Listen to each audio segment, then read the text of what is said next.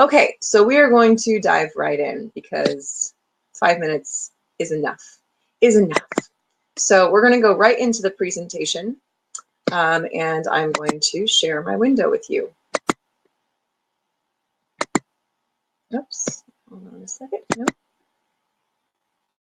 Me, wait. Ah, that's not what we meant to do. Let's try this again.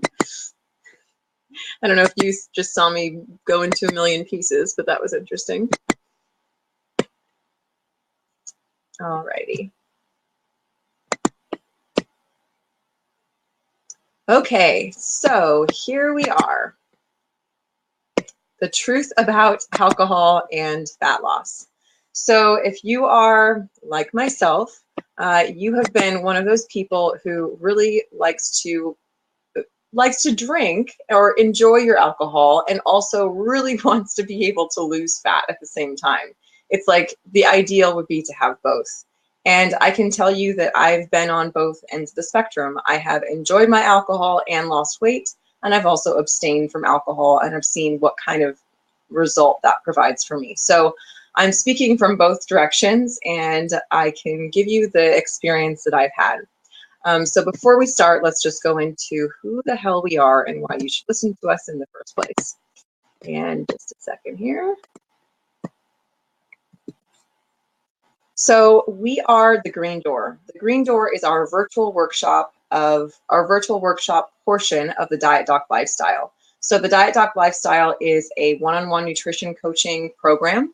Myself and a few other beautiful women are coaches for a nutrition coaching one-on-one program, and it's called the Diet Doc Lifestyle.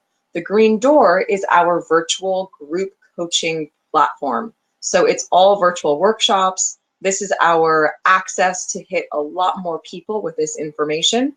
And so we cover nutrition, movement science, habit and lifestyle coaching, and a lot of other things. We're really trying to touch on everything that could possibly improve overall health, well-being, lifestyle, all of those things. And who we are inside the Green Door, our virtual workshops, is we have myself, Shannon Morse. I've been in the industry for almost 20 years now, with dance and strength and conditioning and nutrition and coaching and all sorts of things. We have Lisa, who's online right now. She's our communication specialist, also a incredibly strong woman, both a mom and just physically like so strong. I'm so excited to see what else that she can do because she's shared some videos with me recently. And then we have the lovely Millie Bruce, who is also a personal trainer in the Bay Area. She is all fun, all laughs, and she does some of the automation stuff behind doors and also does some of the coaching for us. So that's who you have to work with inside the Green Door. But what we're, what we're delivering in this webinar specifically, which is why you're here, is we're going to talk about alcohol. We're going to talk about alcohol and give you guys a little bit more of the actual education and information that you're going to need to make effective decisions to not only keep your health in line, but also to reach the goals that you might have. So we're going to talk about how alcohol is metabolized in your body, what the macronutrient makeup of different alcohol types are. So if you're not familiar with what macro means or what macronutrients mean, macronutrients are the nutrients that we absolutely need for survival. They include protein, carbohydrates, fat, and water, and they have an impact. All of them are required in our body. But the funny thing is that alcohol isn't technically macronutrient, and we'll get into that in a little bit. So we'll also cover how to choose the best alcohol to minimize the impact of your booze. And then we'll give you 5 strategies for drinking alcohol while also promoting fat loss. So trying to be able to do both at one time. So that is what we're going to get into. So without further ado, here's our mascot for this one. And let's first start with alcohol metabolism. And before I even start here, if you guys are just signing on and you have questions, we're going to get questions. We're going to get 2 questions at the end. And in the meantime, you can post questions in the little ask a question slot on the bottom bar of the page, and we will get to them at the end here. So let's talk about alcohol and metabolism. So alcohol is a toxin. There is no way around it. It doesn't matter how many people say that you know, one glass of red wine is healthy for you. Abstaining from one glass of red wine would be healthier. There just isn't a big debate about that. So just getting that off the table, that we're not promoting drinking, but we do understand that it's part of some people's lifestyle. Some people choose to have alcohol, and there has to be a good, effective strategy if you want to enjoy alcohol and you want to also reach your goals. So some things to understand. 20% of alcohol consumption is absorbed in your stomach, and then 80% is absorbed in the small intestine. So once those two things happen, we start to go into metabolism. So when we metabolize alcohol, we metabolize it in the liver. Other nutrients are not metabolized in the liver. The only other nutrient that happens to be metabolized in the liver are some of our fatty acids. So what happens when we are consuming alcohol is, instead of our body doing some of its other jobs in our liver specifically, our body will now look at alcohol as a VIP. So we'll talk more about how to mitigate that, but that's just something to kind of keep in the back of your head. We have different rates of metabolism. So as that alcohol is being metabolized in our liver, males can actually effectively metabolize more alcohol than females can. So if you've ever, for all the females on right now, if you've ever felt like you get a little bit more tipsy than your male counterpart, well, there's a reason for that. It's not just your size. It's actually the amount of a certain enzyme that your body produces, and men produce more of this specific enzyme that helps to metabolize alcohol. So you will find as a female that your tolerance will be much less, and you'll be able to consume less than males will. Drinking more alcohol. When we drink an excess of alcohol, the excess will not absorb more. It'll just accumulate in the blood and tissues, and it'll wait until the alcohol that you do have in your liver is metabolized. But it will just keep circling around until the serving that you did have to start off with is metabolized. So drinking more will not help. And I'm sure you already know that, but it's also really helpful, or we find it helpful, to explain the why. So it's not just someone saying, you shouldn't drink that. That's not a good idea. We want to give you the education as to why, so then you can make your own educated decisions. So when we look at consuming alcohol in excess, we think this is pretty interesting. So when you consume more than 3 drinks in the period of like 3 hours, for example, and when you get up to 5 servings of alcohol in one session, it really, really impacts your brain and motor functions for up to 3 days. You have one drinking day like that. And the majority of us have realized that, right? We've felt the impact of having a day where we drank too much and then feeling like, wow, it takes 2 to 3 days now for us to recover. And that's actually true. It does. It does take 2 to 3 days. If we have 2 heavy drinking days like that in a row, it can take up to 5 days to fully recover. That means, and this part like blows my mind, but that means that the function of your liver, so one of your liver's functions is to metabolize fat. If your liver is now compromised for 5 days until it fully recovers, it can't metabolize fat properly, which means that your body will be still trying to metabolize this alcohol that you fed it, and it won't have an ample opportunity to metabolize the fat. So one bonus strategy is to spread out your drinking days. Instead of having them back to back, like, hey, it's the weekend and this is a great idea, I should drink on Friday and Saturday, I would spread them out. I would have, one drinking experience on a Friday, and then maybe have like a cocktail on a Tuesday or a Wednesday, and give them some space in the middle so that your body can actually metabolize the toxin, rid it of the system, have some opportunity to recover, and then start again if that's what you choose. What alcohol companies don't want you to know. So it's not just the impact of calories from drinking that affects your body composition. It's that alcohol is a VIP in your body, and not in a good way. So like I was just explaining, is that when we consume alcohol, because alcohol is metabolized in our liver also has a ton of other jobs that it does for the body. And one of the main jobs is to metabolize fat. So basically, when we are drinking alcohol, what happens is that we start to tell our body, hey, you're going to be taking care of this toxin right now. And the alcohol is like sweet, or the body is like sweet. So I'm not going to pay attention to doing my other jobs. And one of my other jobs is metabolizing fat. So fat metabolism basically is on hold while you're drinking alcohol. So it's really, really important to look at what you're doing around the drinking to make sure that that impact just doesn't get worse. So we have a few different alcohol types, and not all alcohol is created equal. So this is an interesting thing. If anyone here is tracking food in some sort of nutrient tracker or food tracker like MyFitnessPal or MyNetDiary or something like that, you will notice that if you enter a serving of alcohol into the application, that it will show up as having a pretty moderate amount of carbohydrate count and really no protein or fat count. And that's essentially true, that it doesn't have a carbohydrate, effectively, protein or a fat in the alcohol itself. So alcohol is not considered a macronutrient, meaning we don't need it for survival, but it does have a caloric impact, and a small amount of it can be used for energy, but not the full caloric impact of it.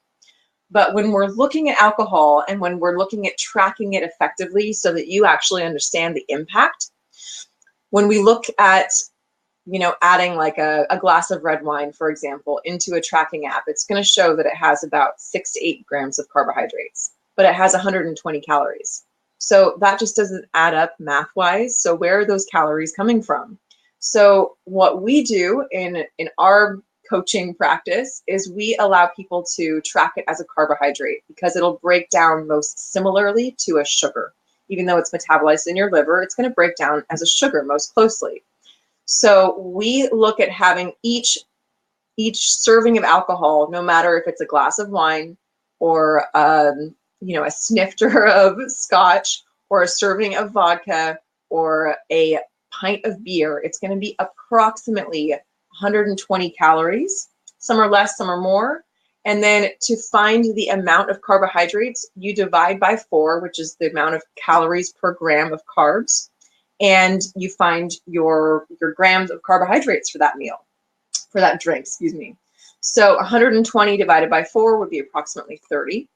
And so that is essentially the amount of carbohydrates that you're getting in each glass of alcohol. So if you've ever tracked and been like, this is free, it's not free.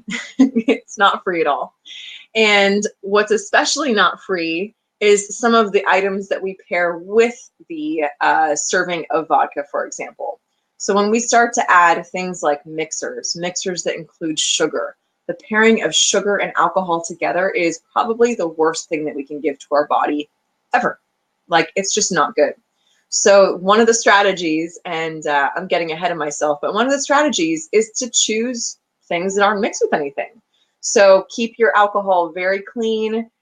Choose the best quality alcohol that you can. Like, we're talking the top shelf if you can afford it. You want to choose the most cleanly distilled alcohol possible. Now they have like organic vodkas and organic tequilas, and those items are going to be the best for you. And you'll probably notice a pretty big difference the next day in terms of your hangover as well. So this is your excuse to get top shelf whenever possible. So now we're going to go into alcohol strategies. So yes, it is possible, and I've experienced it myself, that you can have alcohol and still actually lose fat during the process. And it's going to be much easier to lose fat if you skip the alcohol. But that really goes without saying. But I do want to say it just so we're clear. If you really, really want to lose fat, best thing to do is skip the alcohol for a couple weeks, see what happens to your body, and then see if you want to continue or not. So our first strategy is to eat first. And it's funny because this is kind of contradictory to if you wanted to feel like you wanted a buzz. If you want a buzz, the best strategy is to not eat first, because then the barrier between the alcohol and your stomach lining and absorption rate will be so much faster if you don't eat anything. But if you're looking to actually effectively absorb the nutrients from your food and limit the impact and the absorption rate of the alcohol, you're going to want to eat first. And when you do eat, it's best to eat something that is balanced. So a protein, a moderate amount of complex carbs, some fibrous vegetables, and a little bit of fat will be a perfect thing before having your drinks. So that could look like, let's say you go out to dinner or you're at home and you have, you know, a big salad with like a small amount of rice, like a half cup of rice, and about a fist size of protein. Doesn't matter who you are, your fist will show you about the size of protein that your body needs. That'll be a really great tool just to use whenever you can. That will be effectively enough protein for you at one time, and it won't be in excess. Keeping fat moderate is really helpful. So the interesting thing about fat is that it will actually keep alcohol in your stomach for longer. So it's not the best thing to have higher fat intake during drinking or around the drinking phase. It is kind of helpful to have fat the day after, because one of the effects of fat is it actually helps to prevent acids from seeping into your organs, acid and toxins, which would be the alcohol. So if you've ever noticed that you've craved fat the next day, it's because it's a reason. There's a reason that you crave fat when you have a hangover. It's actually helping to prevent toxins from seeping into your organs.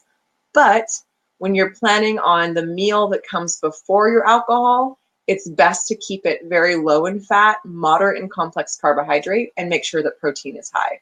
Protein is very, very helpful because it helps your body to produce one of the enzymes that's going to help to metabolize that alcohol. So about 45 minutes to an hour or so before you decide to have a drink, best strategy ever is to eat first. And then also your body gets to actually have a chance to absorb the nutrients.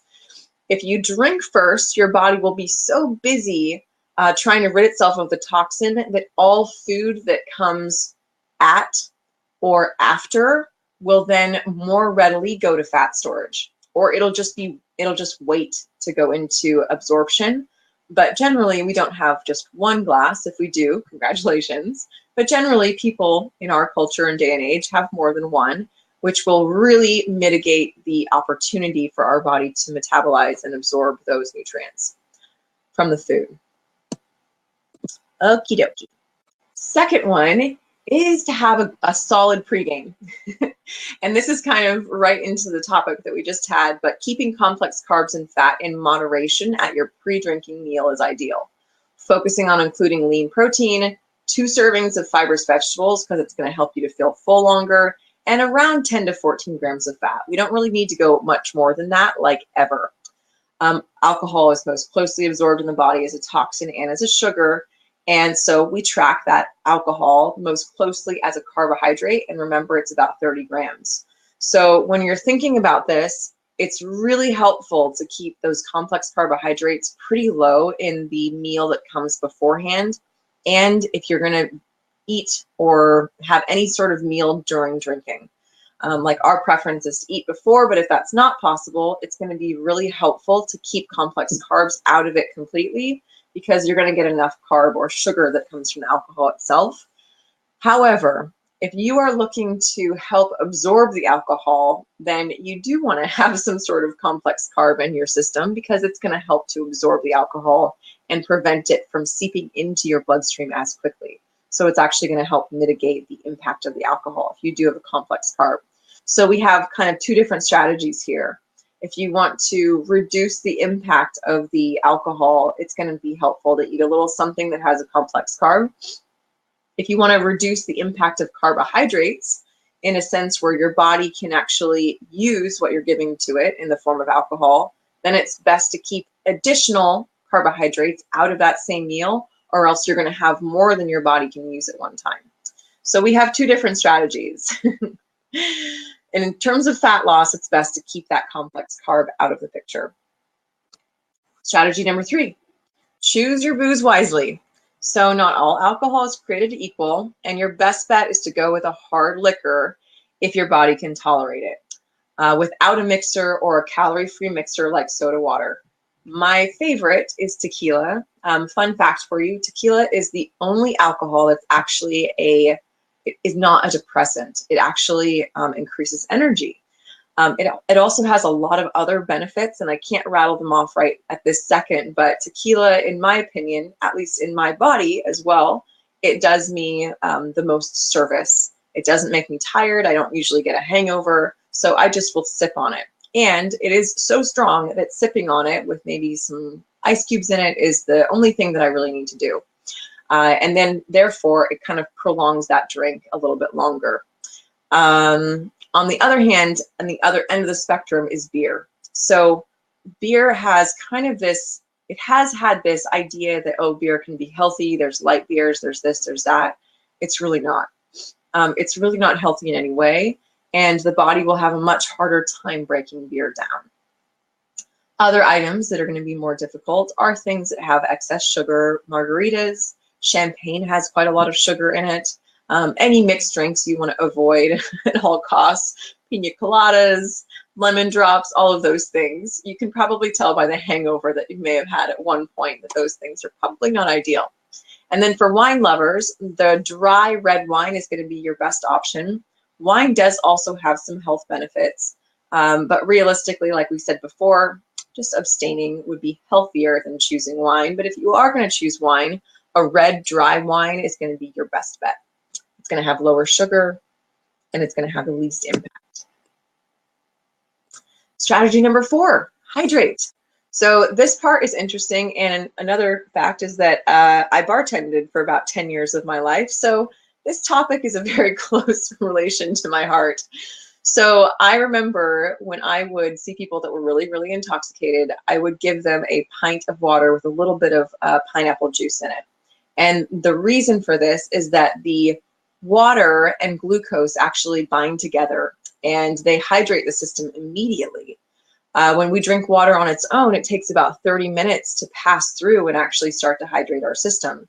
So if you want to get hydrated very quickly, having a little bit of fruit juice with a larger portion of water will really help. So having this even before you start a night of drinking will highly, highly, highly increase your possibilities of not having a hangover, because the hangover is usually due from dehydration. But it's also going to help to allow the enzymes in your stomach to be fresh, and they're going to be ready to metabolize that alcohol.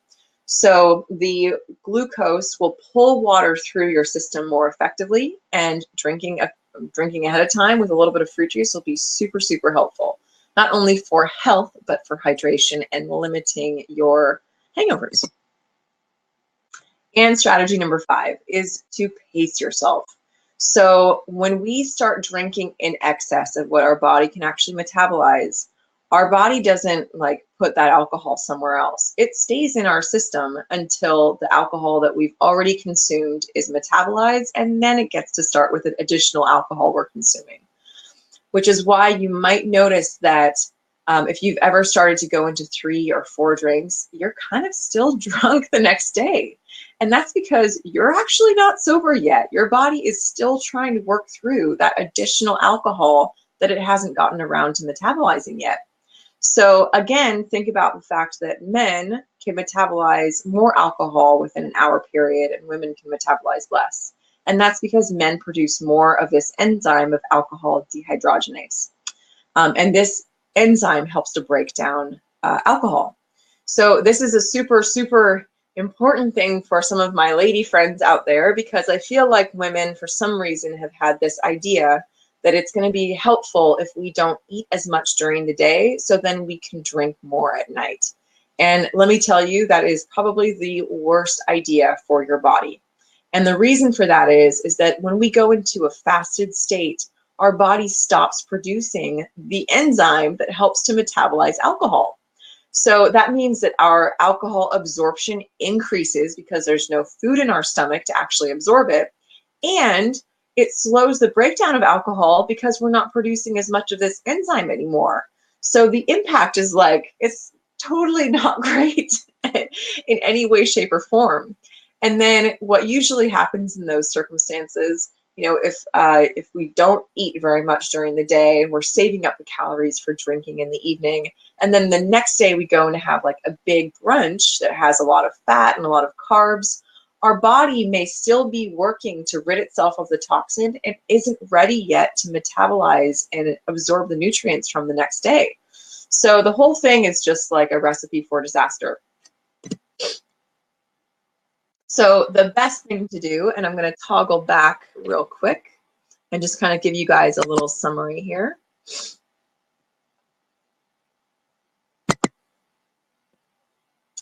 And again, if you guys have questions, ask questions in this little bar because I will answer them at the end. Okay, so in summary, if you're going to have a night of drinking and if you're trying to limit the impact of gaining fat and you're trying to stay on track, whatever your track is in terms of your training routine, your goals of muscle building and fat loss, it's going to be ideal to keep your intake pretty consistent throughout the day. So intake being consistent, meaning don't skip meals, make sure you have a breakfast, make sure you have a lunch, maybe there's a snack in there. Make sure that you have well-rounded meals such as protein and carbohydrates, and then make sure that you eat before you drink. The next thing is we never, ever, ever need alcohol, and we especially will not need more than 3 drinks at a time. So 3 drinks in my book is more than we ever need.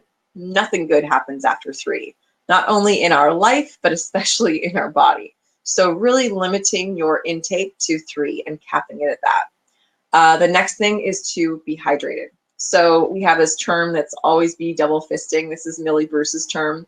And we basically say that when you're going to have a glass of alcohol in your hand, you better have a glass of water to pair it off with. That's going to help keep you hydrated. It's going to help to pace you. And then the next thing is that limit or reduce the amount of complex carbohydrates that you're having with that meal. Keep fat intake very low because it's going to keep alcohol in your system for longer when you're consuming fat. And so ideally, you want to stick with protein, fibrous vegetables, and really healthy foods. So for example, a steak with like vegetables and a glass of wine would be a pretty decent meal. So those things would actually be pretty well balanced. If you're trying to prevent alcohol absorption, it's going to be ideal to actually have carbohydrates in your stomach. If you're trying to reduce the impact of being a pound heavier the next day, then you may want to remove carbohydrates and fat from your diet, from that meal that surrounds it. So those are the main things, the main tenets. I would love to hear questions, and I'm going to go back to share screen real quick, and we're going to go into what we are, who we are, and kind of, if you guys want to learn more, what we have available to you. Come on. So the green door is our virtual workshops, and we have a series for you. Oops, where are we going here? So each of our workshops are 4 weeks long. We have one that's actually starting, we have it starting on Friday, and they are 3 weeks. Our first 2 that are starting this Friday are Awaken Your Nutrition Code, Awaken Your Inner Dialogue, which is habit changes, and then we have Awaken Your Movement, which is April. They are to be completed one after the other, but you can jump in at any point if you prefer. Each of them have the foundation of nutrition and understanding macronutrients and how to make macronutrients really work for you as a lifestyle. So each course is exactly the same in structure. They all start out with an 1.5-hour virtual workshop kickoff, where we go through the education around macronutrients or habit changing and movement. And then we go into personalized programs, whether it's nutrition, training, mindset, depending on the course. And then we have unlimited real-time coaching support in our private Facebook groups. We have weekly video and written lessons. So you'll get lessons that are both through email and through video in our private Facebook group and in your email inbox. So we're really trying to make sure that you don't miss them. We have all sorts of resources, from navigating alcohol, like we covered today, to dining out, to travel and events, to shopping lists, to how to meal prep, breakfast, lunch, dinner, snack guides. We have so much information for you guys when it comes to nutrition. And for our movement courses, those are actually coming as we speak. And the information there is just, it's going to be a lot. And we're really excited about it. We also have weekly challenges available for everyone inside of these groups. So as you participate in the activities, you get entered to win a prize each week. And then each week we have a live Q&A session.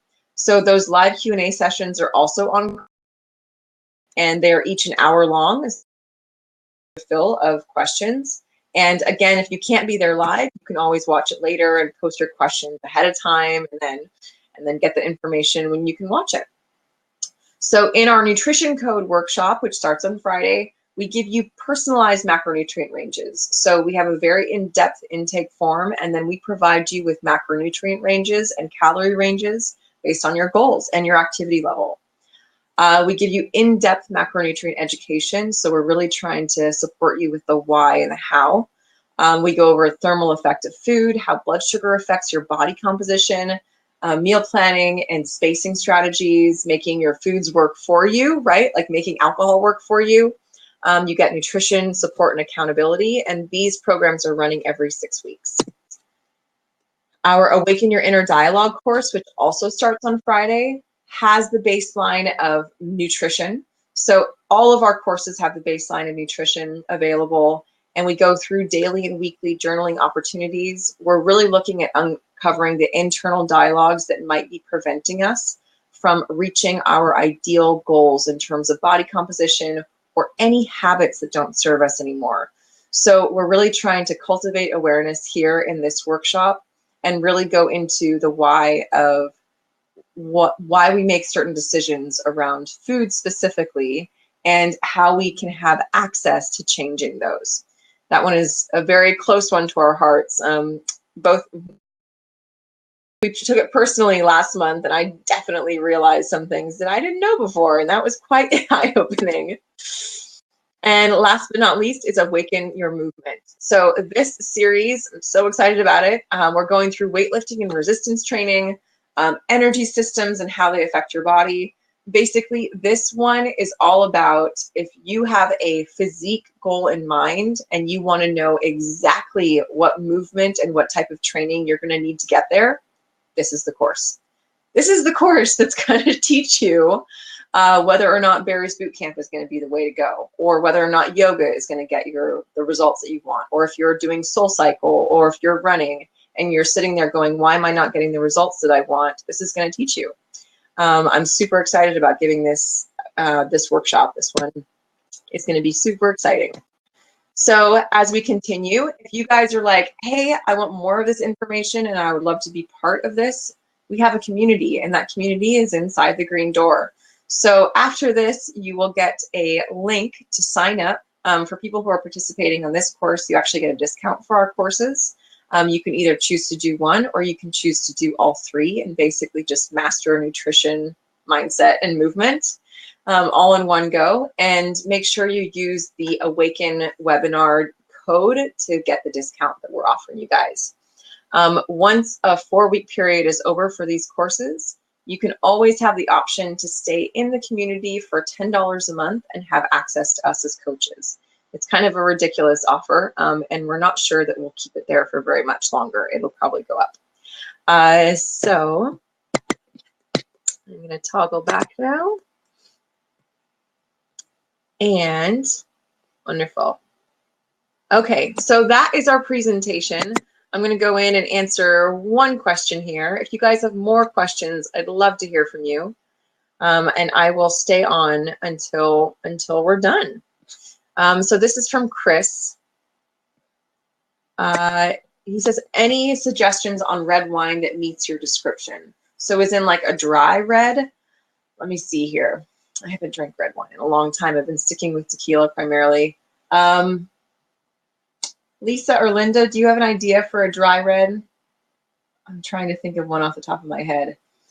So your jammy reds or very fruity reds are not going to be dry. So usually Pinots are going to be more so in the dry varietals. This is helpful because I was a bartender. So usually your Pinots are going to be drier. So that'll be best. But the difference isn't going to be massive. If you have red wine, you know, we're really looking at the sugar content. So the sugar content for your sweeter wines. Oh, Lisa says dry farm wines would be a good one. We are looking at the sugar content of these wines. And Linda also says she thinks Cabernet is drier than Pinot. Okay, so there you go. So there we go. A Cabernet would be drier than Pinot. Thank you, Linda. I appreciate it. This is good. See, I'm learning too. So basically you. So basically me? I'm not sure if I understand that one. Any other questions, you guys? I hope you enjoyed this. I'm going to go through and read some of the, if I missed anything in the comments, I think we're good. So we have a slight delay on the chat here, so I'm just going to wait a second or two to see if there's anything else that you guys have questions about. Anything else? Did you guys learn anything new?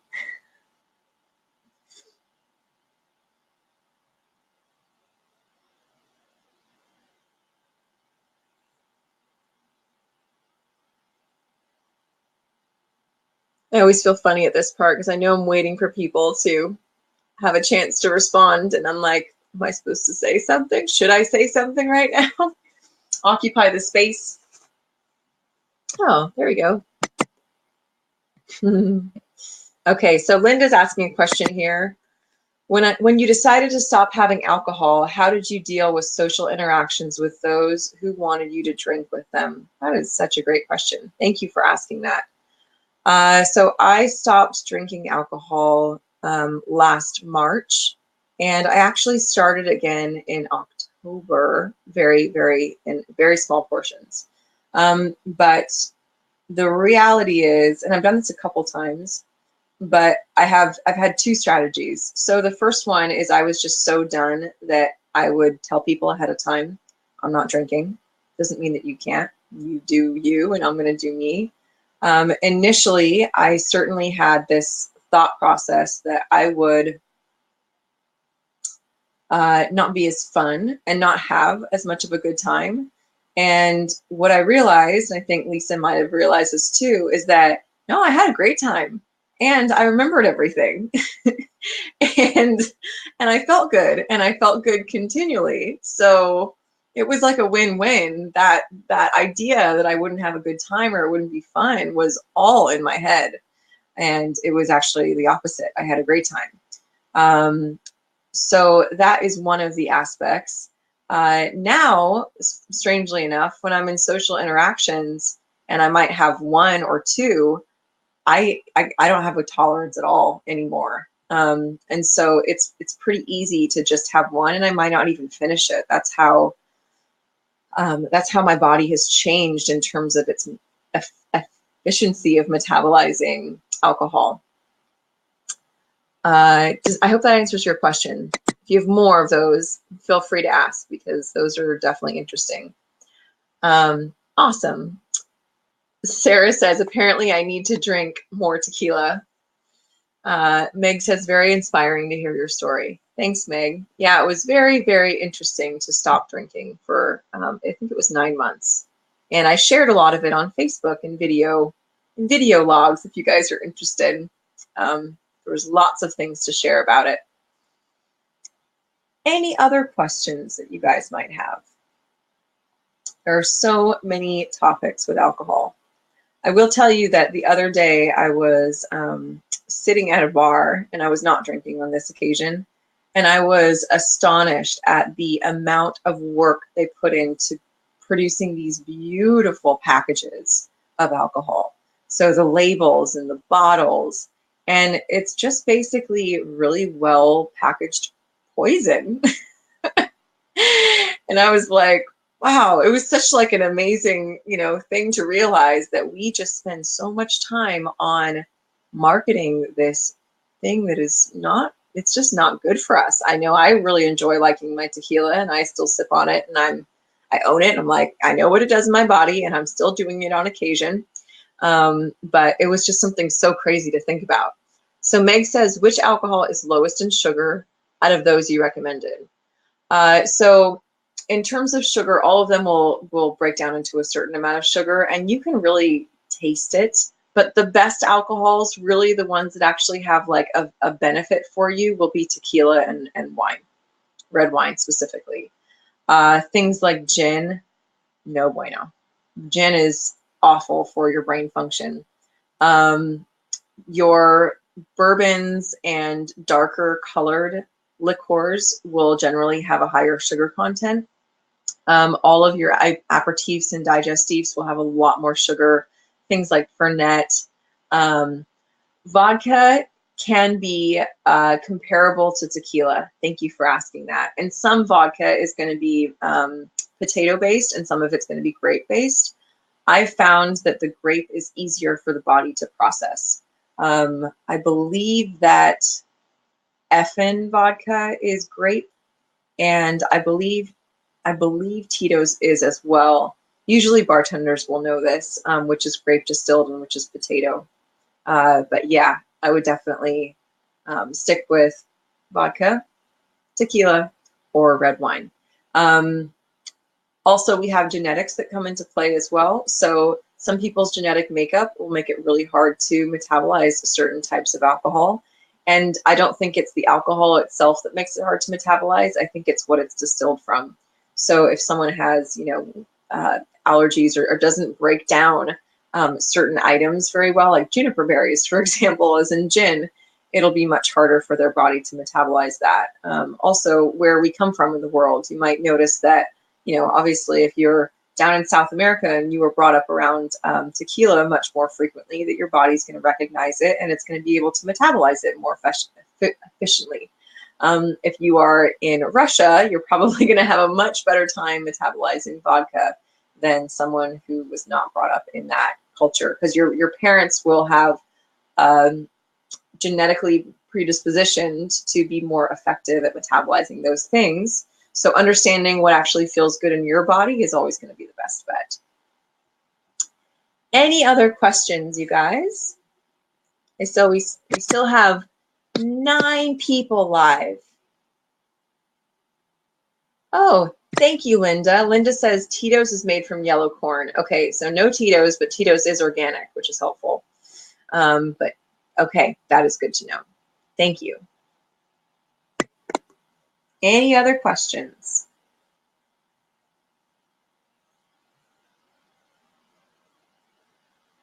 If you want to know my favorite tequila, it's mezcal. It's actually not tequila at all. It's mezcal. Aw, thanks, Linda. So fun to have you on. Any other questions? So happy to have you here too, Linda. And okay, I'm gonna wait like another minute or so. We still have people on, but who knows? You guys could be in your car. It could just be something playing in the background for you. You could be cooking. Let's see. Oh, okay, now we have people dropping off. All right, so thank you so much for joining, especially some of my faces that I'm totally familiar with. Lisa, Lena, Linda, thank you, thank you. And for all of you that I don't know yet, it's lovely to have you on. I hope you guys join for the next one, if not for our next course that starts on Friday. I hope you have a wonderful evening. Thank you, Meg, and we will see you next time.